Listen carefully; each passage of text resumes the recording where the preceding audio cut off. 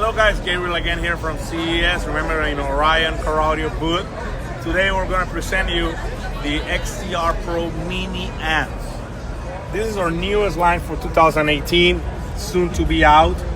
Here you can have a little glimpse. This is our 1000.1 amplifier. It has 4-gauge inputs, and as you can see, it has a full crossover on it. So don't even think because we have a small, tiny amplifier, we didn't put all those specs.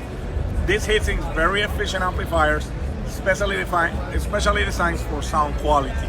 So focus on this. So the THD on these amplifiers is really, really low. Spec-wise, we're going to have mono channels, 2 channels, and a 4th channel like this one you see here. Good.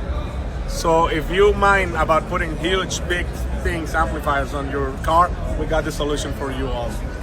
Keep track on our social media for more products information.